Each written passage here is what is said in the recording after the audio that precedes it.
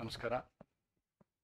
ಇವತ್ತಿನ ವಿಡಿಯೋ ನನ್ನ CPC ವಿಷಯದಲ್ಲಿ ಒಂದು ದಾವೆ ನಡೆದಾಗ when there is a suit pending before the court, there are various stages we have already understood. ಈಗಾಗಲೇ ನೋಡಿದ್ದೀವಿ ನಾವು ದಾವೆ ಹೂಡುವ ಪ್ರಕ್ರಿಯೆ, ಅದಾದ ನಂತರ ದಾವೆ ಪತ್ರ ಸಲ್ಲಿಸುವಂಥದ್ದು, ಅದಾದ ನಂತರ ಪ್ರತಿವಾದಿಗೆ ಸಮನ್ಸನ್ನು ಇಶ್ಯೂ ಮಾಡುವಂಥದ್ದು, ಪ್ರತಿವಾದಿಯ ಪತ್ರ ಅಂದರೆ ಲಿಖಿತ ಉತ್ತರ ಬರುವಂಥದ್ದು. ಈ ಎಲ್ಲ ಪ್ರಕ್ರಿಯೆಗಳಿಗೆ ನಾವೇನಂತೀವಿ ಅಂತಂದರೆ ಪ್ಲೀಡಿಂಗ್ಸ್ ಅಂತ ಹೇಳ್ತೀವಿ. ಈ ಪ್ಲೀಡಿಂಗ್ ಮುಗಿದ ಮೇಲೆ ಆಮೇಲೆ ನಾವು ಮಾಡುವಂತಹ ಇನ್ನೊಂದು ಪ್ರಕ್ರಿಯೆ ಅಂತಂದರೆ ಹಿಯರಿಂಗ್.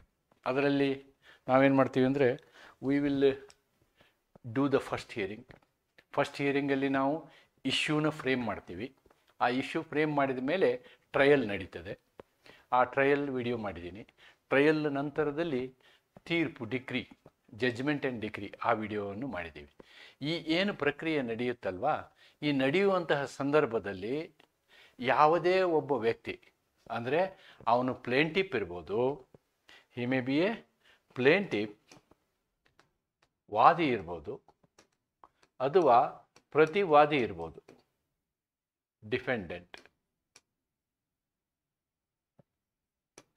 ಸೊ ಇವರಲ್ಲಿ ಯಾರಿಗಾದರೂ ಏನಾದರೂ ತೊಂದರೆ ಆಯಿತು ಅಂತಂದರೆ, if somebody dies, if there happens a marriage of one of the party, ಅಥವಾ ಅವನು ದಿವಾಳಿ ಆದ ಯಾವುದೋ ಒಬ್ಬ ವ್ಯಕ್ತಿ, ಹಿ ಬಿಕಮ್ಸ್ ಇನ್ಸಾಲ್ವೆಂಟ್, ಆ ರೀತಿಯಾಗಿ ಆದಂತಹ ಸಂದರ್ಭದಲ್ಲಿ ನಮ್ಮ ದಾವೆಗೆ ಏನು ಪರಿಣಾಮ ಬೀರುತ್ತೆ ದಾವೆ ಮೇಲೆ ಅಂತಕ್ಕಂಥದ್ದನ್ನು ನಾವು ಆರ್ಡರ್ 20ಯಲ್ಲಿ ನೋಡ್ತೀವಿ. This is actually very very important and prescribed in your syllabus.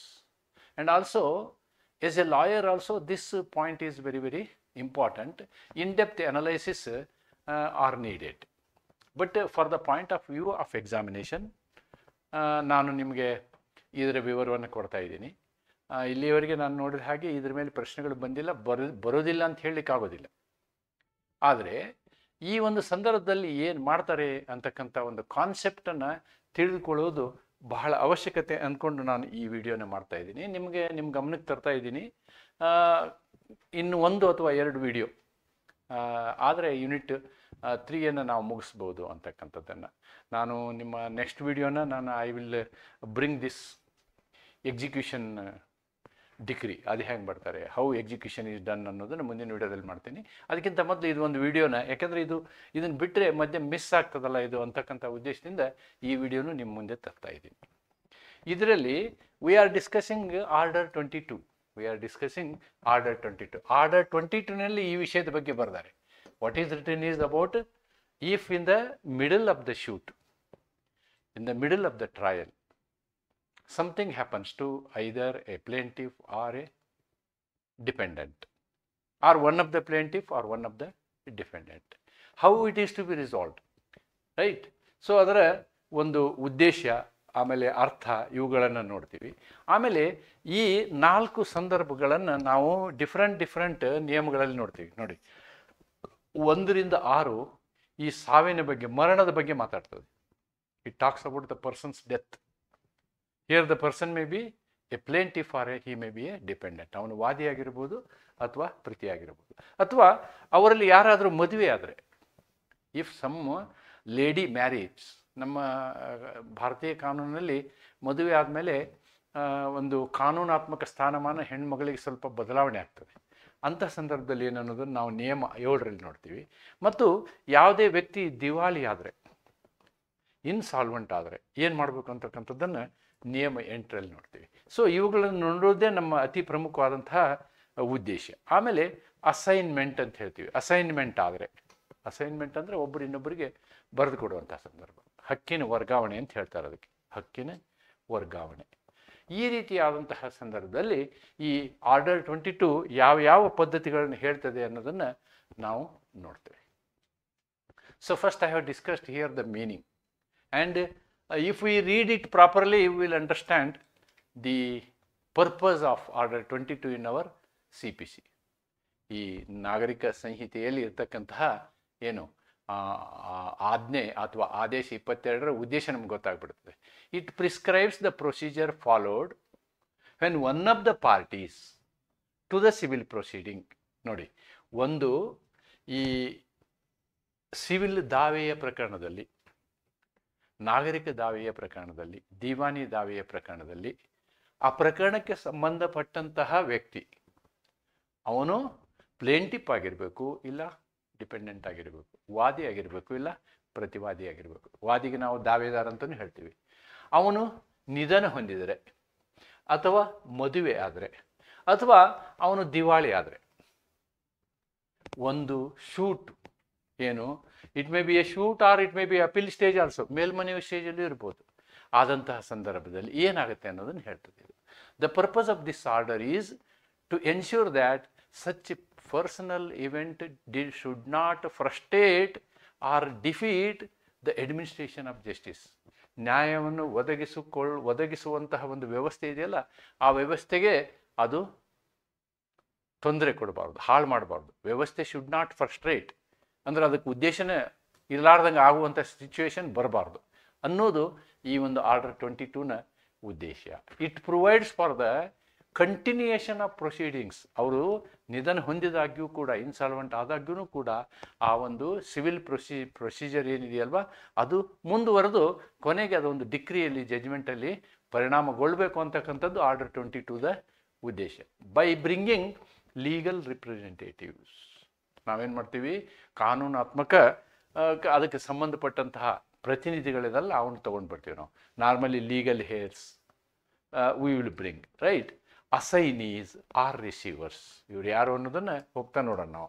ಇವರು ಅಂಥ ಪ್ರಕರಣಗಳನ್ನು ಮುಂದುವರಿಸುವುದಕ್ಕೆ ಅವಕಾಶ ಮಾಡಿಕೊಡುವಂತಹ ಪದ್ಧತಿ ಇದು order 22. Order 22 aims to strike a balance between, ನೋಡಿ, ಪ್ರೊಸೀಜರಲ್ ಡಿಸಿಪ್ಲಿನ್ ಅಂದರೆ ಆಡಳಿತಾತ್ಮಕ ಶಿಸ್ತು ಮತ್ತು ಸಬ್ಸ್ಟ್ಯಾನ್ಷಿಯಲ್ ಜಸ್ಟಿಸ್, ನಿಜವಾದ ನ್ಯಾಯ, ಇವೆರಡನ್ನು ಅದೇನು ಮಾಡ್ತದೆ, ಸಮತೋಲನಗೊಳಿಸ್ತದೆ. The death, marriage or insolvency of the parties should not result in abatement of the suit. ಅಲ್ಲಿಗೆ ನಿಂತು ಬಿಡಬಾರ್ದು ಪ್ರಕ್ರಿಯೆ, ಅಲ್ಲಿಗೆ ನಿಲ್ಲುತ್ತೆ ಕೆಲವು ಸಂದರ್ಭದಲ್ಲಿ, ಅದು ಎಲ್ಲ ಸಂದರ್ಭದಲ್ಲೂ ನಿಲ್ಲಲ್ಲ. Provided right to sue survives, provided right to sue survives. ನೋಡಿ, ರೈಟ್ ಟು ಶೂ ಅಂತಕ್ಕಂಥದ್ದು ಬಹಳ important. Right to sue. Still there is a cause of action, still there is a cause of action. ಅಥವಾ ನಾವೇನು issue frame ಮಾಡಿರ್ತೀವಲ್ಲ, ಆ ಇಶ್ಯೂಗೆ ಇನ್ನೂ ಒಂದು ಅರ್ಥ, ಅದಕ್ಕೊಂದು ನ್ಯಾಯ ಬರುವಂತಹ ಸ್ಥಿತಿಗತಿ ಇರಬೇಕು. ಇದ್ದಂತಹ ಸಂದರ್ಭದಲ್ಲಿ ಮಾತ್ರ ನಮಗಿದು ಪರ್ಪಸ್, ಆರ್ಡರ್ 22ದ ಪರ್ಪಸ್ ಸರ್ವ್ ಆಗುತ್ತೆ. ಅದು ಇಲ್ಲ ಅಂತಂದರೆ ಇಲ್ಲ ಅನ್ನೋದನ್ನು ನಾವು ನೋಡ್ತೀವಿ. That's what we are going to see. ಇದರ ಕನ್ನಡ ತರ್ಜಿಮೆಯನ್ನು ನೀವು ನೋಡೋದಾದ್ರೆ, ನಾಗರಿಕ ಪ್ರಕ್ರಿಯೆ ಸಂಹಿತೆಯು ಕಲಂ 22 ಅಲ್ಲ, ಇದು ಕಲಂ ಅಲ್ಲ, ಆದೇಶ. ಆದೇಶ 22 ಪಕ್ಷದ ಮರಣ, ಪಕ್ಷದನ್ನಕ್ಕಿಂತ ಪಕ್ಷಗಾರರ, ಪಕ್ಷಗಾರ ಅಂತ ಹೇಳೋಣ. ಪಕ್ಷಗಾರನ ಅವನು ಯಾರಿರ್ಬೋದು, ವಾದಿ ಇರ್ಬೋದು ಅಥವಾ ಪ್ರತಿವಾದಿ ಇರ್ಬೋದು, ವಾದಿ ಇರ್ಬೋದು. ಇವಾಗ ನಾವು ದಾವೇದಾರನು ಅಂತೀವಿ, ದಾವೇದಾರನು ಅಂತೀವಿ, ಇರ್ಬೋದು. ಅವನ ಮರಣ, ವಿವಾಹ ಅಥವಾ ದಿವಾಳಿ ಎಂಬ ವೈಯಕ್ತಿಕ ಘಟನೆಗಳು ವಿಚಾರಣೆಯ ಸಂದರ್ಭದಲ್ಲಿ ಸಂಭವಿಸಿದರೆ ನ್ಯಾಯಾಲಯವು ಹೇಗೆ ಕ್ರಮ ವಹಿಸಬೇಕು ಎಂಬುದನ್ನು ಇದು ವಿವರಿಸುತ್ತದೆ. ಈ ಕಲಂನ ಉದ್ದೇಶವೆಂದರೆ ಇಂತಹ ವೈಯಕ್ತಿಕ ಘಟನೆಗಳಿಂದ ನ್ಯಾಯದ ನಿರ್ವಹಣೆಯ ವ್ಯತ್ಯಯಗೊಳ್ಳದಂತೆ ನೋಡಿಕೊಳ್ಳುವುದು. ಪಕ್ಷಗಾರ ಸತ್ತರೂ ಅಥವಾ ವಿವಾಹವಾದರೂ ದಿವಾಳಿ ಆದರೂ ವಾರಸುದಾರರು ಆ ಪ್ರಕರಣವನ್ನು ಮುಂದುವರಿಸಬಹುದು. ಇದರ ಉದ್ದೇಶ ಪ್ರೊಸೀಜರ್ ಲಾ ಮತ್ತು ಸಬ್ಸ್ಟ್ಯಾನ್ಷಿಯಲ್ ಲಾಗಳ ಮಧ್ಯದಲ್ಲಿ ಸಮನ್ವತೆಯನ್ನು ತರುವಂಥದ್ದು ಅನ್ನೋದನ್ನು ನಾವು ಇಲ್ಲಿ ಗಮನಿಸಬೇಕು. ಏನಿದು, what is its nature? It is not going to create new rights, new liabilities. No, it is only a procedural aspect.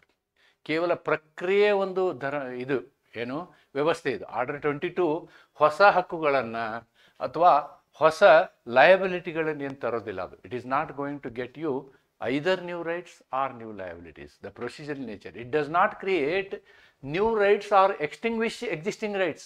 ಇರುವಂಥ ಹಕ್ಕುಗಳು ಏನಿದಾವಲ್ಲ ಅವು ನಿಮಗೆ ಮಾಯನೂ ಆಗೋದಿಲ್ಲ. It merely regulates the method. ಕೇವಲ ಅದು ಇಂತಹ ಸಂದರ್ಭದಲ್ಲಿ ಈ ಒಂದು ವ್ಯವಸ್ಥೆಯನ್ನು ಹೇಗೆ ಮುಂದುವರಿಸಬೇಕು ಅನ್ನೋದನ್ನು ಹೇಳ್ತದೆ. By which litigation May continue when a party undergoes a personal change. The scope of order 22 extends.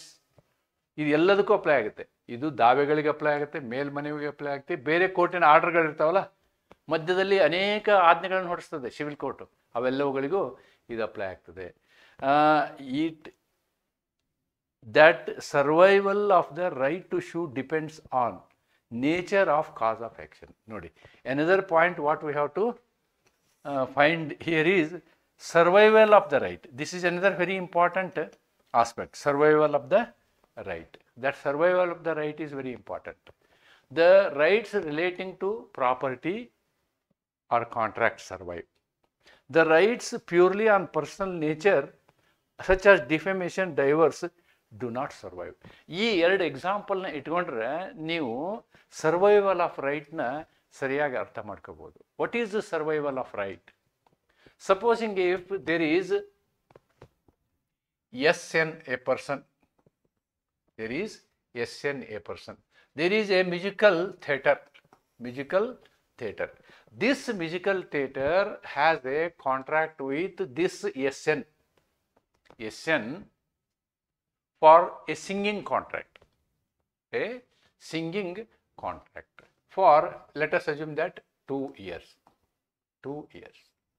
right? 2 ವರ್ಷ ಅವನು ಕೇವಲ ಈ ಮ್ಯೂಸಿಕಲ್ ಥಿಯೇಟ್ರಿಗೆ ಹಾಡು ಹೇಳಬೇಕು SN. ಆದರೆ ದುರದೃಷ್ಟವಶಾತ್ ಅವನೇನಾಗ್ತಾನೆ, 1 ವರ್ಷ ಆದಮೇಲೆ ಡೆತ್ ಆಗಿಬಿಡ್ತದೆ. After 1 year he dies. ಆವಾಗ ಇವ್ರ ಲೀಗಲ್ ಹೇರ್ಗೆ ಈ SN ಮಗ ಇರ್ತಾನಲ್ವಾ, ಯಾರೋ legal representative or legal heir, ಇವ್ರ ಮೇಲೆ ನೀವು ಬಂದು ಹಾಡಿ ಅಂತ ಹೇಳಕ್ಕಾಗಲ್ಲ, ನೀವು ಬಂದು ಹಾಡು ಹೇಳಿ ಅಂತ ಹೇಳಿ ಹೇಳಕ್ಕಾಗಲ್ಲ. ಅಂದರೆ this is not surviving. The right is not surviving. That is survival of the right. ಇಲ್ಲೇನಾಗ್ಬಿಡ್ತು, ಆ ಹಕ್ಕೇ ಸತ್ತು ಹೋಗ್ಬಿಡ್ತದೆ, ಆ ವ್ಯಕ್ತಿಯ ಜೊತೆಗೆ ಹೋಗ್ಬಿಡ್ತದೆ. ಅಂದರೆ ಯಾವ ಕಾಂಟ್ರಾಕ್ಟು, ಕರಾರು ಅಥವಾ ನಿಯಮಗಳೇನಿದ್ದಾವೆ ಅವು ಪರ್ಸನಲ್ ನೇಚರ್ ಆಗಿದ್ದರೆ, ಈಗ ಯಾರ್ದ ಮೇಲೆ ಡಿಫೆಮೇಷನ್ ಕೇಸ್ ಹಾಕಿರ್ತೀರಿ, ಆ ಡಿಫೆಮೇಷನ್ ಕೇಸ್ ಹಾಕಿದವನೇ ನಿಮ್ಮ ಡಿಪೆಂಡೆಂಟೇ ಸತ್ತು ಹೋಗ್ಬಿಟ್ಟ ಅಂತ ಇಟ್ಕೊಳ್ಳಿ, ಆವಾಗ ಯಾರ ಮೇಲೆ ಕ್ಲೇಮ್ ಮಾಡ್ತೀರಿ ನೀವು? You can't claim. ಅಂಥವುಗಳಿಗೆ ರೈಟ್ಸ್ ಇರೋದಿಲ್ಲ. If the right is surviving, then only order 22 will play its role. If the right is not surviving, no. ಇದು ಡಿಫರೆನ್ಸು. ಈಗ ಅದೇ ಒಂದು ಪ್ರಾಪರ್ಟಿ ವಿಷಯ ಆದರೆ ಅವನು ಪ್ರಾಪರ್ಟಿ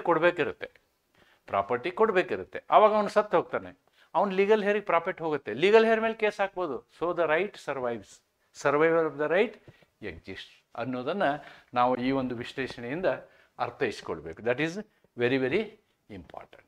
ಅದನ್ನೇ ಕನ್ನಡದಲ್ಲಿ ಬರೆದಿದ್ದೀನಿ. ಸೊ ಇದು ಹೊಸ ಹಕ್ಕುಗಳನ್ನು ಸೃಷ್ಟಿಸುವುದಿಲ್ಲ ಅಥವಾ ಇರುವ ಹಕ್ಕುಗಳನ್ನು ಅಳಿಸುವುದಿಲ್ಲ. ಆದರೆ ಒಂದು ಪಕ್ಷದ ವೈಯಕ್ತಿಕ ಸ್ಥಿತಿ ಬದಲಾದಾಗ, ವೈಯಕ್ತಿಕ ಸ್ಥಿತಿ ಅಂತಂದ್ರೆ ಹೇಳಿದ್ನಲ್ವಾ, death, marriage, insolvency, all these things, ವಿಚಾರಣೆಯನ್ನು ಹೇಗೆ ಮುಂದುವರಿಸಬೇಕು ಅನ್ನೋದನ್ನು ಮಾತ್ರ ಇದು ತಿಳಿಸುತ್ತದೆ. ಇದರ ಉದ್ದೇಶ ಅಷ್ಟೇ. ಈ ಕಲಮಿನ ವ್ಯಾಪ್ತಿ ವಿಚಾರಣೆಗಳು, ಅಪೀಲುಗಳು ಮತ್ತು ಇತರೆ ಪ್ರಕ್ರಿಯೆಗಳಿಗೂ ವ್ಯಾಪಿಸುತ್ತದೆ. ಅಲ್ಲಿ ಪಕ್ಷದ ವೈಯಕ್ತಿಕ ಹಾಜರಾತಿ ನ್ಯಾಯ ನಿರ್ಣಯಕ್ಕೆ ಅಗತ್ಯವಾಗಿರುತ್ತದೆ. 22ರ ಪ್ರಕಾರ ಹಕ್ಕು ಮುಂದುವರಿಯುತ್ತದೆಯೇ ಇಲ್ಲವೇ ಎಂಬುದು ದಾವೆಯ ಸ್ವರೂಪದ ಮೇಲೆ ಅವಲಂಬಿತವಾಗಿದೆ. ಒಂದು ವೇಳೆ ಒಪ್ಪಂದದ ಹಕ್ಕುಗಳು, ಪ್ರಾಪರ್ಟಿ ಇಂಥದ್ದಾದರೆ ಅದು ಮುಂದುವರಿಯುತ್ತೆ. ಅದು ವೈಯಕ್ತಿಕ ಹಕ್ಕುಗಳಾಗಿದ್ದರೆ ಅಲ್ಲಿಗೆ ಅದು ಫ್ರಸ್ಟ್ರೇಟ್ ಆಗಿಬಿಡ್ತದೆ. It will stop there only. Suit ಮುಂದುವರ್ಸೋಕ್ಕೆ ಆಗೋದಿಲ್ಲ ಅಂತಕ್ಕಂಥದ್ದು. Yes, the creation, assignment, devolution may arise in the following cases. ಈ ರೀತಿಯಾದಂತಹ ಒಂದು ಕ್ರಿಯೆಗಳು ಪ್ರಾರಂಭ ಆಗುವುದು ಎಲ್ಲಿ? ಈ ಕೆಳಗಿನ ಪ್ರಕರಣದಲ್ಲಿ. ಅಸೈನ್ಮೆಂಟ್ ಮಾಡುವಂಥದ್ದು, ಅಥವಾ ಒಬ್ಬನಿಂದ ಇನ್ನೊಬ್ಬನಿಗೆ ಹೋಗುವಂಥದ್ದು, ಓಕೆ, ಅಥವಾ ಹೊಸ ವ್ಯಕ್ತಿಯನ್ನು ಕ್ರಿಯೇಟ್ ಮಾಡುವಂಥದ್ದು. ಇವೆಲ್ಲವೂ ಈ ಕೆಳಗಿನ ಸಂದರ್ಭದಲ್ಲಿ ಹೆಂಗೆ ನಡೀತೇವೆ ಅನ್ನೋದನ್ನು ನಾವು ನೋಡ್ತೀವಿ. For example, death of a party. Death of a party, ಇದು rule 1 to 6 and rule 10A talks about this. Marriage of a party, ಇದು ವಿವಾಹದ ಸಂದರ್ಭದಲ್ಲಿ ರೂಲ್ 7 ಅಪ್ಲೈ ಆಗುತ್ತೆ. ಆಮೇಲೆ ರೂಲ್ 8 ದಿವಾಳಿತನದ ಸಂದರ್ಭದಲ್ಲಿ ಅಪ್ಲೈ ಆಗುತ್ತೆ. ಅಸೈನ್ಮೆಂಟ್ ಆಫ್ ಇಂಟ್ರೆಸ್ಟು ಇದೆಲ್ಲ ನಿಮಗೆ ರೂಲ್ 10ನಲ್ಲಿ ನೀವು ನೋಡ್ಬೋದು. ಯಾವುದು ರೂಲ್ 10 ಇದು? All these are pertaining to order 22. Order 22ನಲ್ಲಿರ್ತಕ್ಕಂಥ ಅನೇಕ ನಿಯಮಗಳು. ಈ ನಿಯಮಗಳೇನಿದಾವಲ್ಲ, ಈ ನಿಯಮಗಳು ಒಂದೊಂದಕ್ಕೆ ಒಂದೊಂದು ಅಪ್ಲೈ ಆಗ್ತವೆ ಅನ್ನೋದನ್ನು ನಾನು ಇಲ್ಲಿ ನಿಮಗೆ ತೋರಿಸ್ಕೊಟ್ಟಿದ್ದೀನಿ. ಅದರದ್ದೇ ಡೀಟೇಲ್ಸ್ನ ನಾನು ನೋಡ್ತೀನಿ. ಅತಿ ಪ್ರಮುಖವಾದಂತಹ ನಿಯಮಗಳನ್ನು ಮಾತ್ರ ನಾನು ಇಲ್ಲಿ ಚರ್ಚೆ ಮಾಡ್ತೀನಿ. ರೂಲ್ ಅಂದರೆ ನಿಯಮ, ರೂಲ್ ಅಂದರೆ ನಿಯಮ. ಆರ್ಡರ್ 22ನಲ್ಲಿ ಇರ್ತಕ್ಕಂಥ ರೂಲ್ 1 ಇದು. ಆರ್ಡರ್ 22 ಅಂದರೆ ಆದೇಶ 22ರಲ್ಲಿ ಇರ್ತಕ್ಕಂಥ 1ನೇ ನಿಯಮ ಏನು ಹೇಳುತ್ತೆ ಅಂತ ಹೇಳಿ ನೋಡೋಣ ನಾವು. It is a very interesting concept. ಏನು ಹೇಳುತ್ತೆ? If the cause of action survives, ನಾನು ಹೇಳಿದ್ನಲ್ವಾ, ಕಾಸ್ ಆಫ್ ಆ್ಯಕ್ಷನ್ ಅಂದರೆ rights still survives. What is cause of action? ಒಂದು ಪ್ಲೇಂಟನ್ನು ಹಾಕಿದಾಗ ನಾವು ಕಾಸ್ ಆಫ್ ಆ್ಯಕ್ಷನ್ ಮೇಲೆ ಕ್ಲೇಮ್ ಕ್ರಿಯೇಟ್ ಮಾಡ್ತೀವಿ. ಯಾವುದು ವ್ಯಾಜ್ಯ ಇದೆ ಅದು cause of action. Difference of opinion between the plaintiff and the defendant, that is cause of action. Otherwise agreed means it is not cos of action. Despite the death of the party, ಒಬ್ಬ ವ್ಯಕ್ತಿ ಸತ್ತು ಹೋದ ಮೇಲೆಯೂ ಕೂಡ ಕಾಸ್ of action ಇನ್ನೂ ಉಳ್ಕೊಂಡಿತ್ತು ಅಂದರೆ, ಈಗ ಆಸ್ತಿ ವಿಷಯದಲ್ಲಿ ಕಾಸ್ ಆಫ್ ಆ್ಯಕ್ಷನ್ ಮುಂದುವರಿತದೆ. ಅದೇ ಅವನೊಬ್ಬ ಹಾಡುಗಾರ ಆಗಿದ್ದ, ಕಲಾಕಾರ ಆಗಿದ್ದ, ಪೇಂಟಿಂಗ್ ಮಾಡ್ತಿದ್ದ, ಅಂಥ ಸಂದರ್ಭದಲ್ಲಿ ಅವನು ಸತ್ತರೆ ಅವನ ಸಾವಿನ ಜೊತೆಗೆ ಅವನ ಕಲೆಯು ಸತ್ತು ಹೋಗ್ಬಿಡ್ತದೆ. ಆವಾಗ ಕಾಸ್ ಆಫ್ ಆ್ಯಕ್ಷನ್ ಇರೋದಿಲ್ಲ. That is the point to be remembered. Despite death of the party the suit does not abate. ಆವಾಗ ಈ ನ್ಯಾಯಿಕ ಪ್ರಕ್ರಿಯೆ ನಿಲ್ಲುವುದಿಲ್ಲ. ನ್ಯಾಯಿಕ ಪ್ರಕ್ರಿಯೆ ನಿಲ್ಲುವುದೇ. ಪಕ್ಷದ ಮರಣವಾದರೂ ದಾವೆಯ ಹಕ್ಕು ಉಳಿದಿದ್ದರೆ ಪ್ರಕರಣ ಮುಗಿದಂತಾಗುವುದಿಲ್ಲ, ಪ್ರಕರಣ ಮುಂದುವರಿಯುತ್ತದೆ. A dies during the suit for recovery of money. ನೋಡಿ, ಏನಾಗುತ್ತೆ, ಎಯಿಂದ ನಾವು ದುಡ್ಡು ರಿಕವರಿ ಮಾಡಬೇಕು. ಈ ದುಡ್ಡು ರಿಕವರಿ ಮಾಡುವಂತಹ ಸಂದರ್ಭದಲ್ಲಿ ಒಂದು ನಿಮಿಷ, ಅವನು ಸತ್ತೋಗ್ಬಿಡ್ತಾನೆ. ಅವನು ಸತ್ತು ಹೋದ ಕೂಡಲೇ ದುಡ್ಡು ರಿಕವರಿ ಮಾಡೋದು ನಿಲ್ಲೋದಿಲ್ಲ. ಯಾಕೆಂದರೆ ಅವನಿಗೆ ಆಸ್ತಿ ಇರ್ತದೆ, ಪ್ರಾಪರ್ಟಿ ಇರ್ತದೆ, ಅದ್ರ ಮೇಲೆ ನೀವು ಕ್ಲೇಮ್ ಮಾಡ್ಬೋದು. ಯಾಕೆಂದರೆ ಆ ಪ್ರಾಪರ್ಟಿ ಲೀಗಲ್ ಹೇರಿಗೆ ಹೋಗುತ್ತೆ. ಆ ಲೀಗಲ್ ಹೇರ್ ಮುಖಾಂತರ ನೀವು ತಗೋಬೋದು. Therefore there is a cause of action survived. ಅಥವಾ ದಾವೆಯ ಹಕ್ಕು ಅದು ಸತ್ತು ಹೋಗೋದಿಲ್ಲ ಮನುಷ್ಯನೊಂದಿಗೆ, ಕೆಲವೊಂದು ಪ್ರಕರಣದಲ್ಲಿ, ಎಲ್ಲ ಪ್ರಕರಣದಲ್ಲೆಲ್ಲ. ಇಲ್ಲೊಂದು ಕೇಸ್ ಲಾ ಇದೆ ನೋಡಿ, Girijanandini Devi versus Bijendra Narain Chaudhary. The right to sue survives in all cases where the relief claimed be enjoyed by legal representatives. ನೋಡಿ, ಯಾವಾಗ ಕಾಸ್ ಆಫ್ ಆ್ಯಕ್ಷನ್ ಸರ್ವೈವ್ ಆಗುತ್ತೆ ಅಂತಂದರೆ, ಯಾವಾಗ ವ್ಯಕ್ತಿ ಸತ್ತಿರ್ತಾನೋ, ಸತ್ತ ಮೇಲೆ ಲೀಗಲ್ ಹೇರ್ಸು ಆ ಕಾಸ್ ಆಫ್ ಆ್ಯಕ್ಷನ್ಗೆ ಸಂಬಂಧಪಟ್ಟಂಥ ವಿಷಯವನ್ನು ಎಂಜಾಯ್ ಮಾಡ್ತಿದ್ರೆ ಆವಾಗ ಇಟ್ ಸರ್ವೈಸ್ ಅನ್ನೋದನ್ನು ಈ ಪ್ರಕರಣದಲ್ಲಿ ಹೇಳಿದ್ದಾರೆ. What rule 2 says? Rule 2 says one of the several plaintiffs, okay. Rule 2ನಲ್ಲಿ ಏನು ಹೇಳ್ತೀವಿ ನಾವು? ಆರ್ ಡಿಪೆಂಡೆಂಟ್ಸ್ ಇದ್ರೆ, ಒನ್ ಆಫ್ ದ ಸೆವರಲ್ ಅಂದರೆ ಪ್ಲೇಂಟಿಫ್ಗಳು ಜಾಸ್ತಿ ಇದ್ರೆ, situation may be like this, right? The situation, if we take one plaintiff,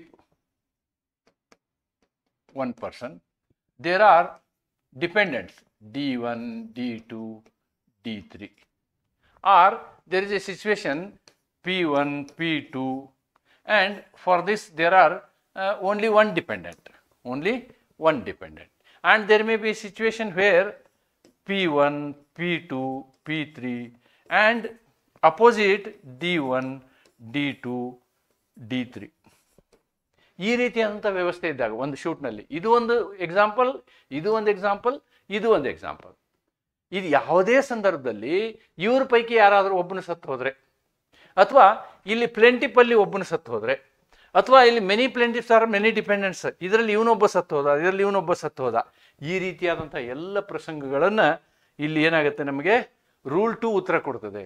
one of the several plaintiffs or defendants ಸತ್ತು ಹೋದರೆ, where right to sue survives to surviving parties, ಉಳಿದಂಥ ವ್ಯಕ್ತಿಗಳಿಗೆ ಏನಾಗುತ್ತೆ right to sue will continue. The court records the fact, the court records the fact and proceeds. ನೋಡಿ ಇಲ್ಲಿ ಸಾಮಾನ್ಯವಾಗಿ ಏನಾಗುತ್ತೆ ಅಂತಂದರೆ ಮಲ್ಟಿಪಲ್ ಪ್ಲೇಂಟಿಫ್ಸು ಮಲ್ಟಿಪಲ್ ಡಿಪೆಂಡೆಂಟ್ಸು ಇದ್ದಾಗ ಕೋರ್ಟ್ ಏನು ಮಾಡುತ್ತೆ, ಯಾರು ಸಾವನ್ನು ಅಪ್ಪಿದ್ದಾರೆ ಅನ್ನುವುದನ್ನು ರೆಕಾರ್ಡ್ ಮಾಡುತ್ತೆ, ಅಥವಾ ಸಂಬಂಧಪಟ್ಟಂಥ ಪ್ಲೇಂಟಿಫ್ಸು ಡಿಪೆಂಡೆಂಟ್ಸ್ ಕೋರ್ಟಿನ ಗಮನಕ್ಕೆ ತರಬೇಕು. ತಂದಾಗ that will case will continue. ಅವ್ರಿಗಷ್ಟೇ ಅದು ಏನಾಗುತ್ತೆ ಅಬೇಟ್ಮೆಂಟ್ ಆಗ್ಬೋದು ಅಥವಾ ಅವರಿಗೆ ನಶಿಸಿ ಹೋಗ್ಬೋದು, ಬಟ್ ಉಳಿದವರಿಗೆ ಅದು ನಶಿಸಿ ಹೋಗೋದಿಲ್ಲ. ಅಂದರೆ ಈ ಎಲ್ಲರ ವಿಷಯದಲ್ಲಿ ಇವನ ವಿಷಯದಲ್ಲಿ ಇವನ ವಿಷಯದಲ್ಲಿ ಇವನ ವಿಷಯದಲ್ಲಿ ಇಲ್ಲಿ ಇವನ ವಿಷಯದಲ್ಲಿ ಇವನ ವಿಷಯದಲ್ಲಿ ಅಥವಾ ಇಲ್ಲಿ ಈ P1 ವಿಷಯದಲ್ಲಿ ಮತ್ತು D1 D2 ಈ ಎಲ್ಲರ ವಿಷಯದಲ್ಲಿಯೂ case will continue just like that ಅನ್ನೋದು ರೂಲ್ 2ನ ಅರ್ಥ. Rule 2 says that point, that is the concept. ಏನು ಮಾಡಬೇಕು, ಯಾರು ಸತ್ತು ಹೋಗಿದ್ದಾರೆ ಅವ್ರು ರೆಕಾರ್ಡ್ ಮಾಡಬೇಕು. Then a personal action dies with person. ಇದಕ್ಕೊಂದು ಆ್ಯಕ್ಷಿಯೋ ಪರ್ಸನಲಿಸ್ ಮಾರಿಟಸ್ ಕಮ್ ಪರ್ಸೋನಾ ಅಂತಕ್ಕಂಥದ್ದು ಒಂದು ಮ್ಯಾಗ್ಝಿಮ್ ಇದೆ. ಈ ಮ್ಯಾಗ್ಝಿಮ್ ಇದೆ, ಯಾವುದೇ ಒಬ್ಬ ವ್ಯಕ್ತಿ ಪರ್ಸನಲ್ ಆ್ಯಕ್ಷನ್, ಅವನು ತನ್ನ ವೈಯಕ್ತಿಕ ಆ್ಯಕ್ಷನ್ನು ಕಾಸ್ ಆಫ್ ಆ್ಯಕ್ಷನ್ ಇತ್ತು ಅಂತ ಇಟ್ಕೊಳ್ಳಿ. ಅವನು ಕೆಲಸ ಮಾಡುವಂಥದ್ದು ಕಾಸ್ ಆಫ್ ಆ್ಯಕ್ಷನ್ ಇತ್ತು. ಒಬ್ಬ ಒಳ್ಳೆಯ ಶಿಲ್ಪಿ ಇರ್ತಾನೆ, ಆವಾಗ ಶಿಲ್ಪಿ ಮತ್ತು ನಿಮ್ಮ ಮಧ್ಯದ ಕೇಸ್ ಇತ್ತು ಅಂತ ಇಟ್ಕೊಳ್ಳಿ. ಆ ಶಿಲ್ಪಿನೇ ಸತ್ತೋಗ್ಬಿಟ್ರೆ cause of action dies, cause of action not survive ಅಂತ, ಕಾಸ್ ಆಫ್ ಆ್ಯಕ್ಷನ್ ಉಳಿಯೋದಿಲ್ಲ ಅಲ್ಲಿ ಅನ್ನೋದನ್ನು ನಾವು ನೆನ್ಪಿಟ್ಕೊಳ್ಬೇಕು. That is the point. Next, death of sole plaintiff or one of several plaintiffs. ನೋಡಿ, ಯಾವುದೇ ಒಂದು ಶೂಟ್ನಲ್ಲಿ, ಇದು ಸ್ಪೆಸಿಫಿಕ್ ಆಗಿ ಪ್ಲೇಂಟಿಫ್ ಬಗ್ಗೆ ಮಾತಾಡ್ತದೆ. ರೂಲ್ 3 ಏನು ಮಾಡುತ್ತೆ, ಪ್ಲೇಂಟಿಫ್ನಲ್ಲಿ ಒಬ್ಬನೇ ಪ್ಲೇಂಟಿಫ್ ಇದ್ದ ಸತ್ತು ಹೋದ ಅಂತ ಇಟ್ಕೊಳ್ಳಿ, ಒಂದು ನಿದರ್ಶನ. ಅಥವಾ ಬಹಳಷ್ಟು ಜನ ಪ್ಲೇಂಟಿಫ್ಗಳಿದ್ರು, ಬಹಳಷ್ಟು ಜನ ದಾವೆದಾರರಿದ್ದರು, ಅಥವಾ ಬಹಳಷ್ಟು ಜನ ವಾದಿಗಳಿದ್ರು, ಅದರಲ್ಲಿ ಯಾರೋ ಒಬ್ಬ ಸತ್ತು ಹೋದ. ಅಂಥ ಸಂದರ್ಭದಲ್ಲಿ ಏನಾಗುತ್ತೆ ಅನ್ನೋದನ್ನು ಇಲ್ಲಿ ಹೇಳಿದ್ದಾರೆ. If the right to sue survives, the legal representative must be brought to record by application. ನೋಡಿ, ಒಬ್ಬನೇ ಪ್ಲೇಂಟಿಫ್ ಇದ್ದ ಅಂತ ಇಟ್ಕೊಳ್ಳಿ, ಅವ್ನು ಸತ್ತು ಹೋದ ಅಂದ್ಕೊಳ್ಳೋಣ. ಆವಾಗ ರೈಟ್ ಟು ಶೂ ಸರ್ವೈವ್ ಆಗಬೇಕು. What should be survived, right to sue, what I have discussed here, ಇದು ಸರ್ವೈವ್ ಆಗಬೇಕು. ಬೇಸಿಕಲಿ ಇದು ಬಹಳ ಮುಖ್ಯ. ರೈಟ್ ಟು ಶೂ ಸರ್ವೈವ್ ಆಗಲಿಲ್ಲ ಅಂದರೆ ಏನೂ ಆಗಲ್ಲ. ಸರ್ವೈವ್ ಆದರೆ ಆವಾಗ ಅವರ ಸಂಬಂಧಪಟ್ಟಂತಹ ಲೀಗಲ್ ಹೇರ್ ಇದ್ದಾರಲ್ಲ ಅವರು ಪಾರ್ಟಿ ಆಗಬೇಕು, ಅವರು ಪ್ಲೇಂಟಿಫ್ ಆಗಬೇಕು. ಆವಾಗ it is permitted. See, in case one of the several, ಬಹಳಷ್ಟು ಜನ ಇದ್ದಾರೆ, there is only one P1, this first rule will apply, this will apply. If there are P1, P2, P3, Pn ಇದ್ರು ಅಂತ ಇಟ್ಕೊಳ್ಳೋಣ. ಹೀಗಿದ್ದಾಗ ಈ condition apply ಆಗುತ್ತೆ. ಏನಾಗುತ್ತೆ, if no substitution within limitation suit abates to deceased person. ಈಗ 3-4 ಜನ ಇದ್ರು ಅಂದ್ಕೊಳ್ಳೋಣ. 3-4 ಜನ ಇದ್ದಂತಹ ಸಂದರ್ಭದಲ್ಲಿ ಆ 3-4 ಜನರ ಲೀಗಲ್ ರಿಪ್ರೆಸೆಂಟೇಟಿವ್ ಯಾರು ಬರಲಿಲ್ಲ, ಯಾವನು ಸತ್ತಿರ್ತಾನೆ, ಇದರಲ್ಲಿ ಯಾವನೋ ಒಬ್ಬನು ಸತ್ತಿರ್ತಾನೆ, ಈ ಡೈಡ್ ಪರ್ಸನ್, ಇವನು ಪರವಾಗಿ ಲೀಗಲ್ ರಿಪ್ರೆಸೆಂಟೇಟಿವ್ ಜಾಯಿನ್ ಆದರೆ ಅವನಿಗೆ ಸಂಬಂಧಪಟ್ಟಂತನೂ ಕೇಸ್ ಮುಂದುವರಿಯುತ್ತೆ, ಉಳಿದವ್ರಿಗಂತೂ ಮುಂದುವರಿಯುತ್ತೆ. ಉಳಿದವ್ರು ಏನಿದಾರಲ್ಲ, ಇವ್ರು ಯಾರು ಬದುಕಿದ್ದಾರೆ ಇವ್ರ ವಿಷಯದಲ್ಲಿ ಕೇಸು ಮುಂದುವರಿಯುತ್ತೆ. ಆದರೆ ಸತ್ತವನ ವಿಷಯದಲ್ಲಿ ಅವರ ಲೀಗಲ್ ಹೇರ್ ಬರಬೇಕು. ಲಿಮಿಟೇಷನ್ ಟೈಮ್ ಒಳಗೆ ಲೀಗಲ್ ಹೇರ್ನ ಆ್ಯಡ್ ಮಾಡಲಿಲ್ಲ ಅಂದರೆ ಅವನಿಗೆ ಸಂಬಂಧಪಟ್ಟಂಥ ಹಕ್ಕುಗಳಿದಾವಲ್ಲ ಅವೆಲ್ಲ ಅಲ್ಲಿಗೆ ನಿಂತು ಹೋಗ್ತವೆ. They gets abated, they will stop, he cannot get further. This is the case. ಅದಕ್ಕೊಂದು case law and very important case law, Union of India versus Ramcharan. Application for bringing legal representative must be made within prescribed limitation. 90 days ಅಂತ ಹೇಳ್ತಾರೆ limitation ಆ್ಯಕ್ಟಲ್ಲಿ. 90 days ಒಳಗೆ ನೀವು ಹೊಸ ವ್ಯಕ್ತಿನ legal representative ತಂದು ಬಿಡಬೇಕು. Otherwise the suit abates automatically, the suit abates automatically. ಇಲ್ಲೂ ಅಷ್ಟೇ, ಫಸ್ಟ್ ಇರ್ತಕ್ಕಂಥ ಪ್ಲೇಂಟಿಫಿನ ಲೀಗಲ್ ರಿಪ್ರೆಸೆಂಟೇಟಿವ್ 90 ದಿನದೊಳಗೆ ಕೇಸ್ ಹಾಕಲಿಲ್ಲ ಅಂದರೆ ಅಬೇಟ್ ಆಗಿಬಿಡುತ್ತದೆ. ಯಾಕಂದರೆ ಒಬ್ಬನೇ ಪ್ಲೇಂಟಿಫ್ ಇರ್ತಾನೆ. ಮೆನಿ ಪ್ಲೇಂಟಿಫ್ಸ್ ಇದ್ದಾಗೂ ಕೂಡ ಉಳಿದ ಪ್ಲೇಂಟಿಫ್ಗಳು ರೆಕಾರ್ಡ್ ಮಾಡ್ತಾರೆ ಅವನು ಸತ್ತೋಗಿದ್ದಾನೆ ಅಂತ.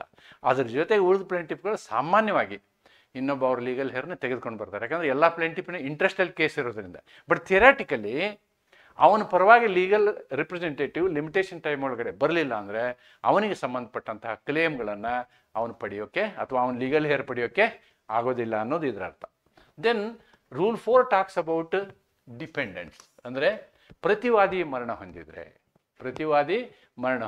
Same when a dependent dies and the right to sue survives the plaintiff must apply to bring legal representative. ನೋಡಿ, ಇಲ್ಲಿ ಡಿಪೆಂಡೆಂಟ್ಗೆ ಅವನಿಗೆ case ಬೇಕಾಗಿರಲ್ಲ.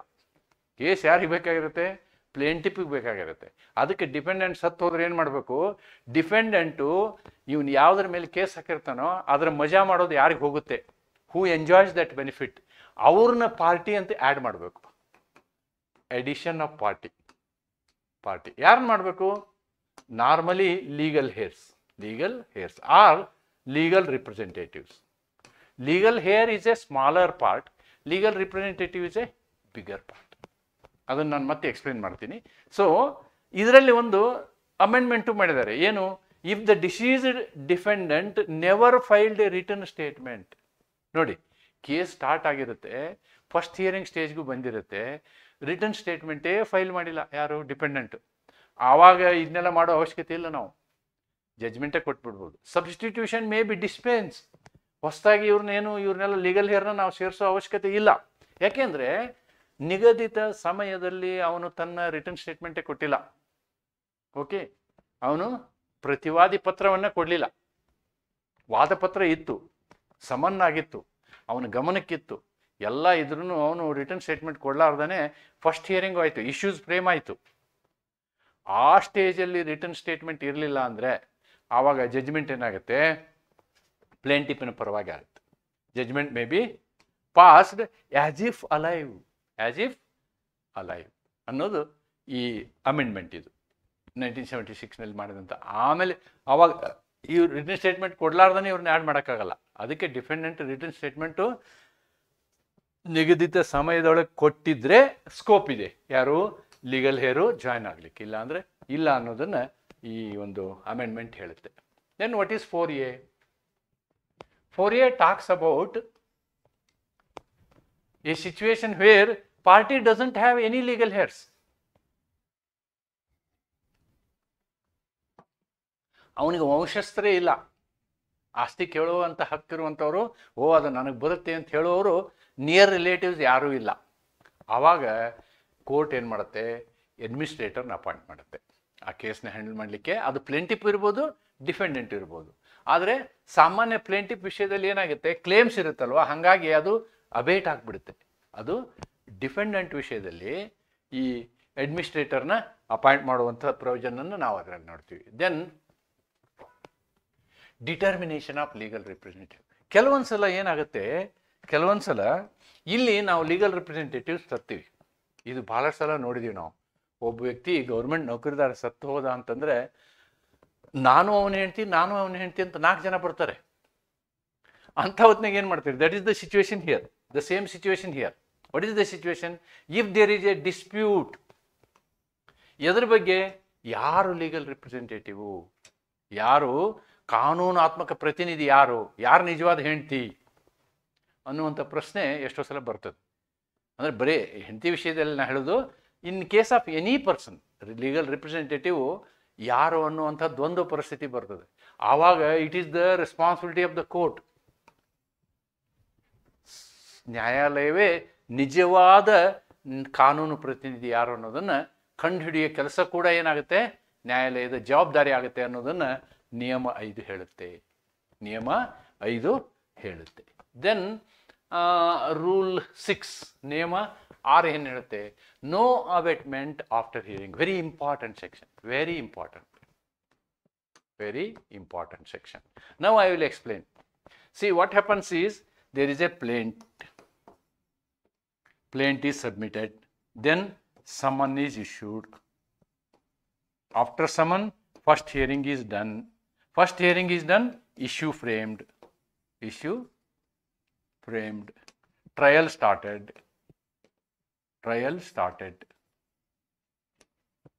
trial ended, hearing complete. Next is hearing complete. Hearing complete ಆದಮೇಲೆ ಉಳಿದಂತಹ ಒಂದೇ ಒಂದು ಪ್ರಕ್ರಿಯೆ ಅಂತಂದರೆ ಜಡ್ಜ್ಮೆಂಟ್.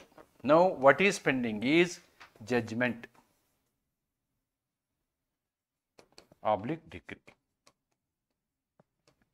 ಇಲ್ಲಿ ತನಕ ಹೀಗಿದೆ ಕೇಸು.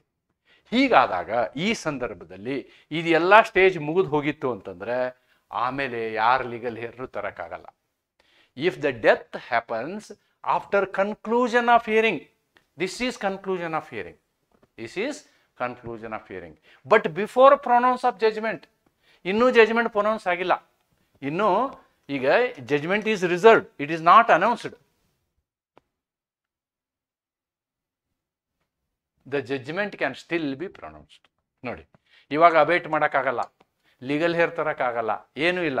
ಇವನು ಬದುಕಿದ್ದಾನೆ ಅನ್ನೋ ಥರನೇ ಏನು ಮಾಡ್ಬೋದು, ದ ಜಡ್ಜ್ಮೆಂಟ್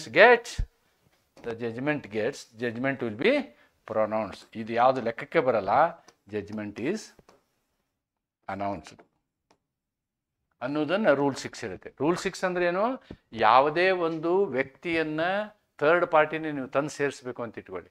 ಅವರು ಏನು ರಿಸೀವರ್ ಇರ್ಬೋದು, ಲೀಗಲ್ ಹೇರ್ ಇರ್ಬೋದು, ಲೀಗಲ್ ರಿಪ್ರೆಸೆಂಟೇಟಿವ್ ಇರ್ಬೋದು.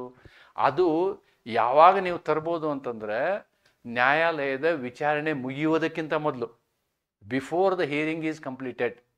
Once hearing is completed then judgment cannot be abated, judgment must be given ಅನ್ನೋದನ್ನು ಈ ಪಾಯಿಂಟ್ ಹೇಳುತ್ತೆ. ನಿಮಗೆ ಇಂಥದ್ರ ಮೇಲೆ ಪ್ರಾಬ್ಲಮ್ಗಳನ್ನ ಕೇಳ್ಬೋದು.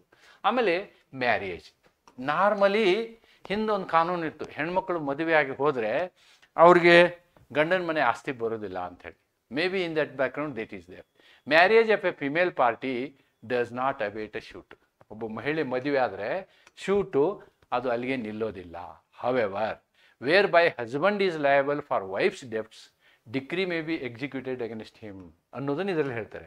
ಒಂದು ವೇಳೆ ಹೆಂಡತಿ ಮಾಡಿದ ಸಾಲಕ್ಕೆ ಗಂಡ ಜವಾಬ್ದಾರಿ ಅಂತಕ್ಕಂಥ ಪರ್ಸನಲ್ ಲಾ ಇತ್ತಂತ ಇಟ್ಕೊಳ್ಳಿ, May be A personal law. ಅಂಥ ಸಂದರ್ಭದಲ್ಲಿ ಗಂಡನೂ ಪಾರ್ಟಿ ಮಾಡ್ಬೋದು ಅನ್ನೋದನ್ನು ರೂಲ್ 7 ನಾವು ನೋಡ್ತೀವಿ. That's it. Then rule 8 is about insolvency. ಯಾವುದೋ ಒಬ್ಬ ವ್ಯಕ್ತಿ ಸೋಡ್ ಚೀಟಿ ತೊಗೊಂಡ ಅಂತ ಇಟ್ಕೊಳ್ಳಿ, ಅವನು ದಿವಾಳಿ ಆದಾಗೆ ಅವನ ಮೇಲೆ ಕೇಸ್ ಮಾಡಿ ಏನು ಮಾಡ್ತೀರಿ ನೀವು? ಅವನ ಮೇಲೆ ಕೇಸ್ ಮಾಡಿ 1 ಕೋಟಿ ಅಲ್ಲ 100 ಕೋಟಿ ನೀವು ಡಿಕ್ರಿ ಮಾಡಿಸಿದ್ರು again law says no, you cannot claim it ಅಂತ. ಒಬ್ಬ ವ್ಯಕ್ತಿಗೆ ಕೊಡುವ ಕೆಪಾಸಿಟಿ ಇದ್ದಾಗ ಮಾತ್ರ ನೀವು ಕೇಸ್ ಹಾಕಿ ವಸೂಲು ಮಾಡ್ಬೋದು. ಅವನ ಹತ್ರ ಏನಿಲ್ಲ ಅಂದರೆ ನಮ್ಮ ನ್ಯಾಯ ಏನು ಹೇಳುತ್ತೆ ಅಂದರೆ ಏನಿಲ್ಲದ ವ್ಯಕ್ತಿ ಕಡೆ ನೀವು ಏನೂ ಕಿತ್ಕೊಳ್ಳೋಕ್ಕಾಗಲ್ಲ ಅಂತ. That is the concept. ಅದಕ್ಕಿಲ್ಲಿ ಅವನು ದಿವಾಳಿ ಆದ ಅಂತಂದರೆ ಅಕಸ್ಮಾತು ಅವನಿಗೊಬ್ಬ ರಿಸೀವರ್ ಅಂತಾಗಿರ್ತಾನೆ, ಅವನಿಗೊಬ್ಬ ಕೋರ್ಟು ರಿಸೀವರ್ನ ಮಾಡಿರುತ್ತೆ. ಯಾಕೆ ರಿಸೀವರ್ನ ಮಾಡಿರುತ್ತೆ ಅಂದರೆ ಅವನು ಏನು ಆಸ್ತಿ ಪಾಸ್ತಿ ಇದಾವಲ್ಲ ಅದೆಲ್ಲವನ್ನು ಮಾರಿ ಎಷ್ಟು ಸಾಲ ಮಾಡಿರ್ತಾನಲ್ಲ ಅವನಿಗೆ ತೀರ್ಸೋಕ್ಕಿರುತ್ತೆ, ಅವನಿಗೆ ರಿಸೀವರ್ ಅಂತಾರೆ. ಅಂಥ ರಿಸೀವರ್ ಬೇಕಂದ್ರೆ ಕೇಸ್ ಒಳಗೆ ಭಾಗವಹಿಸ್ಬೋದು. ಅವನು ನಾ ಭಾಗವಹಿಸೋದಿಲ್ಲ ಅಂದರೆ ಏನು ಮಾಡೋಕ್ಕಾಗಲ್ಲ. ದಿವಾಳಿತನದ ಪ್ರಕರಣ ನಿಲ್ಲದು. ಆದರೆ ದಿವಾಳಿತನ ನಿರ್ವಾಹಕನು ಮುಂದುವರಿಸಿದ್ದರೆ ಪ್ರಕರಣ ಮುಗಿದಂತಾಗುತ್ತದೆ. ದಟ್ ಗೆಟ್ಸ್ ಅಬೇಟೆಡ್ ಅನ್ನೋದನ್ನು ನಾವಿಲ್ಲಿ ಕಾಣ್ತೀವಿ. That is rule 8. Then effect of abatement or dismissal. ನೋಡಿ, ಒಂದನ್ನು ತಿಳ್ಕೊಳ್ಳಿ, there is a difference between abatement and dismissal. Abatement and dismissal. Once a suit abates, ಆಮೇಲೆ ಅಬೇಟ್ ಆಗಿದೆ ಅಂತ ಹೊಸ ಶೂಟ್ ಹಾಕೋಕ್ಕಾಗಲ್ಲ. On the same cause of action you cannot go. ಈ for example plaintiff ಇದ್ದ, ಒಬ್ಬನೇ ಪ್ಲೇಂಟಿಪ್ಪು ಸತ್ತು ಹೋದ, ಯಾರು ಲೀಗಲ್ ಹೇರ್ ತರಲಿಲ್ಲ, ದ ಕೇಸ್ ಗೆಟ್ಸ್ ಅಬೇಟೆಡ್. ಅದಕ್ಕೆ ಹೊಸ ಶೂಟ್ ತರೋಕ್ಕಾಗಲ್ಲ. ಒಂದೇ ಒಂದನ್ನು ಏನು ಮಾಡ್ಬೋದು ಅಂತಂದರೆ the abetment may be set aside. ಅದನ್ನು ತಳ್ಳಿ ಹಾಕಬಹುದು. Court may set aside the abetment. ಆವಾಗ ನೀವೇನು ಮಾಡಬೇಕು, ಸರಿಯಾದ ಕಾರಣವನ್ನು ಕೋರ್ಟಿಗೆ ತೋರಿಸ್ಬೇಕಾಗತ್ತೆ. ನೀವು ಲಿಮಿಟೇಷನ್ ಆ್ಯಕ್ಟ್ ಮುಗಿದ ಮೇಲೆ ಬಂದಿರ್ತೀರಿ, ಯಾಕೆ ನೀವು ವಿದಿನ್ ಲಿಮಿಟೇಷನ್ ಆ್ಯಕ್ಟಲ್ಲಿ ಲೀಗಲ್ ರಿಪ್ರೆಸೆಂಟೇಟಿವ್ ಆಗಲಿಲ್ಲ ಅನ್ನೋದನ್ನು ನೀವು ಸರಿಯಾದ ರೀತಿಯಲ್ಲಿ ಸಾಬೀತುಪಡಿಸಿದರೆ ಕೋರ್ಟ್ ಏನು ಮಾಡ್ಬೋದು, ಅಬೇಟ್ಮೆಂಟನ್ನು ತಳ್ಳಿ ಹಾಕಿ ಪುನಃ ಅದೇ ಶೂಟನ್ನು ಹಿಯರ್ ಮಾಡಲಿಕ್ಕೆ ಸ್ಟಾರ್ಟ್ ಮಾಡ್ತದೆ, ವಿಚಾರಣೆ ಮಾಡಲಿಕ್ಕೆ ಸ್ಟಾರ್ಟ್ ಮಾಡ್ತದೆ. That is the provision of rule 9. State of Punjab versus Nathuram ಪ್ರಕರಣದಲ್ಲಿ if right to sue does not survive, ನೋಡಿ ರೈಟ್ ಟು ಶೂ ಸರ್ವೈವ್ ಆಗಲಿಲ್ಲ ಅಂತ ಇಟ್ಕೊಳ್ಳಿ, against remaining defendants entire suit abates. ಒಬ್ಬ ಸತ್ತು ಹೋಗ್ತಾನೆ, ಉಳಿದವ್ರ ಮೇಲೆ ನಾವು ಏನು ರೈಟ್ ಟು ಶೂ ನಮ್ಗೆ ಇಲ್ಲ ಅಂತ ಇಟ್ಕೊಳ್ಳಿ, ಆವಾಗ ಕೇಸ ಬಿದ್ದು ಹೋಗ್ಬಿಡುತ್ತೆ. ಉಳಿದವ್ರ ಮೇಲೆ ಇತ್ತು ಅಂತಂದರೆ this is the crux, right to sue ಇರಲೇಬೇಕು. ಅದು ಇಲ್ಲಂದರೆ ಯಾವಾಗಲೂ ಕೇಸ್ ಮುಂದುವರಿಯೋದಿಲ್ಲ. ರಾಮೇಶ್ವರ ಪ್ರಸಾದ್ ವರ್ಸಸ್ ಶಾಂಬೇರಿ ಲಾಲ್ ಜಗನ್ನಾಥ್ ಪ್ರಕರಣ, abatement wipes out the proceedings as if it never existed. ಒಮ್ಮೆ ಅಬೇಟ್ಮೆಂಟ್ ಆಯಿತು ಅಂದರೆ ಅದರ ಅರ್ಥ ಏನು ಅಂತಂದರೆ ಅಂಥ ಕೇಸೇ ಇರಲಿಲ್ಲ ಅಂತ ಲೆಕ್ಕ, ಅಂಥ ಕೇಸೇ ಇರಲಿಲ್ಲ ಅಂತ ಲೆಕ್ಕ. Therefore no new case can be opened in that ಅನ್ನೋದನ್ನು ನಾವು ನೋಡ್ತೀವಿ. And the last section what I am discussing is assignment, creation and devolution of interest. ಹೀಗಂದ್ರೆ if any interest devolves during pendency, suit may be continued by or against the person upon whom interest devolves with court's permission. ಅಂದರೆ ಯಾವುದೇ ಒಬ್ಬ ವ್ಯಕ್ತಿ ಸತ್ತು ಹೋದ ಮೇಲೆ ನಾವು case ಹಾಕಿರ್ತೀವಿ, ಆವಾಗ ಆ ಕೇಸಿಗೆ ಸಂಬಂಧಪಟ್ಟಂತಹ ಪರಿಹಾರವನ್ನು ನಾವೇನು ಮಾಡ್ಬೋದು, ಅವನ ಆಸ್ತಿಯಿಂದ ವಸೂಲು ಮಾಡ್ಬೋದು. ಆದರೆ ಅವನ ಆಸ್ತಿ ಏನಾಗುತ್ತೆ, ಇಟ್ ಡಿವಾಲ್ವ್ಸ್, ಇನ್ನೊಬ್ಬನಿಗೆ ಹೋಗುತ್ತೆ ಫಾರ್ ಹೀಸ್ ಲೀಗಲ್ ಹೇರ್. ಆವಾಗ ನಾವು ಅವ್ರ ಮೇಲೆ ಅದನ್ನು ಏನು ಕ್ರಮ ಜರುಗಿಸಿ ಅವರಿಂದ ನಾವೇನು ಮಾಡ್ಬೋದು, ನಮ್ಮ ಪರಿಹಾರವನ್ನು ಕಂಡುಕೊಳ್ಬೋದು. ಆದರೆ ನಮ್ಮ ಪರಿಹಾರ 1 ಕೋಟಿ ರೂಪಾಯಿ ಇರುತ್ತೆ, 1 crore, ನಮಗಿಷ್ಟು ಪರಿಹಾರ ಬೇಕು. ಆದರೆ ಒಬ್ಬ ವ್ಯಕ್ತಿಗೆ ಡಿವಾಲ್ವ್ ಆಗಿರ್ತಾನಲ್ಲ, ಇವನಿಗೆ ಕೇವಲ 5 crore ಮಾತ್ರ ಆಸ್ತಿ ಬಂದಿರುತ್ತೆ, 5 crore ಮಾತ್ರ ಆಸ್ತಿ ಬಂದಿರುತ್ತೆ. ಆವಾಗ ನೀವೇನು ಮಾಡ್ಬೋದು, ಈ 5 crore ಮಾತ್ರ ವಸೂಲು ಮಾಡ್ಬೋದು, 10 crore ವಸೂಲು ಮಾಡೋಕ್ಕಾಗಲ್ಲ. ಅಂದರೆ ಆ ಡೆವಲ್ಯೂಷನ್ ಯಾರಿಗೆ ಆಗಿರ್ತದೋ ಆ ವ್ಯಕ್ತಿಗೆ ಮೊದಲೇ ಇದ್ದಂತಹ ಅವನ ಸ್ವಂತದ ಆಸ್ತಿಯ ಮೇಲೆ ನಿಮಗೆ ಹಕ್ಕು ಬರೋದಿಲ್ಲ. ನಿಮಗೇನು ಡಿವಾಲ್ವ್ ಆದಂತಹ ಪ್ರಾಪರ್ಟಿ ಮೇಲೆ ಮಾತ್ರ ಬರ್ತದೆ. ಅದಕ್ಕೆ ಪ್ರೋರೇಟಾ ಅಂತ ಹೇಳ್ತಾರೆ. Pro rata only you can claim, not entire this one. ವಿಚಾರಣೆ ನಡೆಯುವಾಗ ಹಕ್ಕು ಬದಲಾದರೆ ನ್ಯಾಯಾಂಗದ ಅನುಮತಿಯಿಂದ ಹೊಸ ವ್ಯಕ್ತಿ ಪ್ರಕರಣವನ್ನು ಮುಂದುವರಿಸಬಹುದು. Okay, this is another very good example I will give. ಒಂದು ಮನೆಯಲ್ಲಿ ನಾನು ಬಾಡಿಗೆ ಇರ್ತೀನಿ ಅಥವಾ ಒಬ್ಬ ವ್ಯಕ್ತಿ ಬಾಡಿಗೆ ಇರ್ತಾನೆ, ಅವನು ಸತ್ತು ಹೋಗ್ತಾನೆ, ಅವನ ಮಗ ಬಾಡಿಗೆ ಕಂಟಿನ್ಯೂ ಮಾಡ್ತಾನೆ, ಆಮೇಲೆ ಓನರ್ ಅವನು ಖಾಲಿ ಮಾಡುವಂತಾನೆ. ಆವಾಗ ಅವನು ಏನು ಟೆನೆಂಟರ ಮಗ ಇರ್ತಾನಲ್ಲ, ಅವನು ಅದೇ ಪ್ರಕರಣವನ್ನು ಮುಂದುವರ್ಸ್ಕೊಂಡು ಹೋಗ್ಬೋದು. ಇಲ್ಲ ನಾನು ನಿನಗೆ ಬಾಡಿಗೆ ಕೊಡ್ತೀನಿ, ಹಿಂಗೆ ನನಗೆ ರೆಂಟ್ ಎಕ್ಸ್ಟೆಂಡ್ ಮಾಡು ಅಂತಕ್ಕಂಥ ಮುಂದುವರ್ಸ್ಕೊಂಡು ಹೋಗ್ಬೋದು ಅನ್ನೋದು ಇದರ ಅರ್ಥ. ಆಮೇಲೆ ಈ 10ಗೆ ಒಂದು ಹೊಸ ರೂಲ್ ಸೇರಿಸಿದ್ರು. ಏನಂದರೆ, see always lawyers are said that they are officers of court ಅಂತ. ಇನ್ನೊಂದು ಅರ್ಥದಲ್ಲಿ ಹೇಳೋದಾದರೆ, ಈ ನ್ಯಾಯವಾದಿಗಳು part and parcel of judicial system ಅಂತ ಹೇಳ್ತಾರೆ. ಆದ್ದರಿಂದ 10A ಏನು ಹೇಳುತ್ತೆ ಅಂದರೆ, ಯಾವುದಾದ್ರೂ ಪ್ರಕರಣದಲ್ಲಿ ನಿಮ್ಮ ಕ್ಲೈಂಟ್ ಒಬ್ಬ ಪ್ಲೇಂಟಿಫ್ ಆಗಿದ್ದ ಅಥವಾ ಡಿಪೆಂಡೆಂಟ್ ಆಗಿದ್ದ ಅಂತ ಇಟ್ಕೊಳ್ಳಿ, ಅವನು ಸತ್ತ ವಿಷಯವನ್ನು ತಕ್ಷಣವೇ ನೀವೇನು ಮಾಡಬೇಕು, ಕೋರ್ಟಿಗೆ ಹೇಳಬೇಕು. ಸುಮ್ಮನೆ ಇರ್ಕೊಡ್ದು, ಸುಮ್ಮನೆ ಇದ್ದರೆ ನಿಮ್ಮ ತಪ್ಪಾಗುತ್ತೆ. It is against professional ethics. If pleader learns of the death of his client, he must inform the court which shall notify to other parties. ಆಮೇಲೆ ಇವನು ಹೇಳಿದ್ದನ್ನು ಬೇರೆ ಪಾರ್ಟಿಗಳಿಗೆ ಗಮನಕ್ಕೆ ತರುವುದು ಕೋರ್ಟಿನ ಜವಾಬ್ದಾರಿ. ಇಲ್ಲಿ 2 ಕೆಲಸ. ಒಂದು, pleader has to inform the court, court has to inform all other parties. ಆಮೇಲೆ ಅದನ್ನು ರೆಕಾರ್ಡ್ ತೊಗೊಳ್ತಾರೆ, ಇಂಥ ವ್ಯಕ್ತಿ ಪ್ಲೇಂಟಿಫು ತೀರಿ ಹೋಗಿದ್ದಾನೆ ಅಥವಾ ಡಿಪೆಂಡೆಂಟು ಮರಣ ಹೊಂದಿದ್ದಾನೆ ಅಂತಕ್ಕಂಥ ಒಂದು ರೆಕಾರ್ಡನ್ನು ತಗೊಳ್ತಾರೆ. ಆ ಪ್ರಕರಣದಲ್ಲಿ ಅದನ್ನು ಉಳಿದವ್ರ ಗಮನಕ್ಕೆ ತರಲಾಗ್ತದೆ. That is what is the idea of section 10A. Then there is one more section, and this is one more rule, that is rule 11 is the last rule. ಏನು ಹೇಳುತ್ತೆ last rule? In appeals plaintiff includes appellant and defendant includes respondent. Appeal ಮಾಡುವಾಗ ನಾವು ಪ್ಲೇಂಟಿಫ್ಗೆ ಏನಂತೀವಿ? ಅಪೆಲೆಂಟ್ ಅಂತೀವಿ, ಅಪೀಲುದಾರ. ಇವನು respondent, ಅದಕ್ಕೆ respond ಮಾಡುವಂಥವ್ನು ಪ್ರತಿಕ್ರಿಯವಾದಿ. ಇವನು ಪ್ರತಿಕ್ರಿಯವಾದಿ, ಇವನು ಅಪೀಲುದಾರ. ಪ್ಲೇಂಟಿಫ್ ಅಪೀಲ್ದಾರ ಆಗ್ತಾನೆ. ಆಮೇಲೆ ಈ ರೀತಿ, that is the some definition they have given. Then execution proceedings. ನಾನು ಇಲ್ಲಿ ನಿಮಗೆ ಇದ್ರ ಬಗ್ಗೆ ಎಕ್ಸ್ಪ್ಲೇನ್ ಮಾಡಿದರೆ ಇದು ಅರ್ಥ ಆಗಲ್ಲ unless I discuss about execution proceedings. ಒಮ್ಮೆ ಸಿವಿಲ್ ಪ್ರಕರಣದಲ್ಲಿ ಜಡ್ಜ್ಮೆಂಟ್ ಆದಮೇಲೆ ಜಡ್ಜ್ಮೆಂಟಿನ ಮೇಲೆ ಒಂದು ಡಿಕ್ರಿಯನ್ನು ಕೊಡ್ತಾರೆ. ಆ ಡಿಕ್ರಿ ಜಾರಿ ಮಾಡಲಿಕ್ಕೆ ಹೊಸದೊಂದು ಪ್ರೊಸೆಸ್ಸೇ ಇದೆ. ಅದಕ್ಕೆ ನಾವೇನಂತೀವಿ ಅಂದರೆ ಎಕ್ಸಿಕ್ಯೂಷನ್ ಪ್ರೊಸೆಸ್ ಅಂತೀವಿ. ಆ ಎಕ್ಸಿಕ್ಯೂಷನ್ ಪ್ರೊಸೆಸ್ ಇದೆಯಲ್ಲ, ಆ ಪ್ರೊಸೆಸ್ಸು ರೂಲ್ 3, ರೂಲ್ 4 ಮತ್ತು ರೂಲ್ 8ಕ್ಕೆ ಅಪ್ಲೈ ಆಗೋದಿಲ್ಲ. ಏನು rule 3? Death of plaintiff. Rule 4 death of dependent. Rule 8 insolvency. ಇವು ಎಲ್ಲ ಒಂದು ವ್ಯಾವಹಾರಿಕವಾಗಿ ಡೆತ್ ಅಂದಂಗೆ ಇನ್ಸಾಲ್ವೆನ್ಸಿ. ಅಂತಹ ಸಂದರ್ಭದಲ್ಲಿ ಎಕ್ಸಿಕ್ಯೂಷನ್ ಪ್ರೊಸೀಡಿಂಗ್ಸು ಮಾಡಲಿಕ್ಕೆ ಆಗೋದಿಲ್ಲ ಅಂತ ಅದರ ಅರ್ಥ. You cannot do execution proceedings on these people.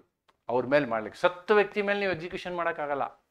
You cannot do execution on a person who is already no more in the earth. ಅವ್ರ ಮೇಲೆ ಏನು ಮಾಡ್ಲಿಕ್ಕೆ ಆಗೋದಿಲ್ಲ. Conclusion. So order 22 ensures continuity of proceedings despite death.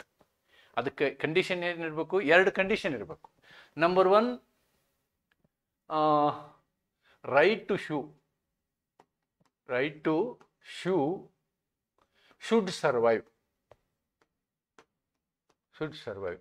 ನಿಮ್ಮ ಕಾಸ್ of action ಇದೆಯಲ್ಲ, ಅದು ಜೀವಂತ ಇರಬೇಕು. ಕಾಸ್ ಆಫ್ ಆ್ಯಕ್ಷನ್.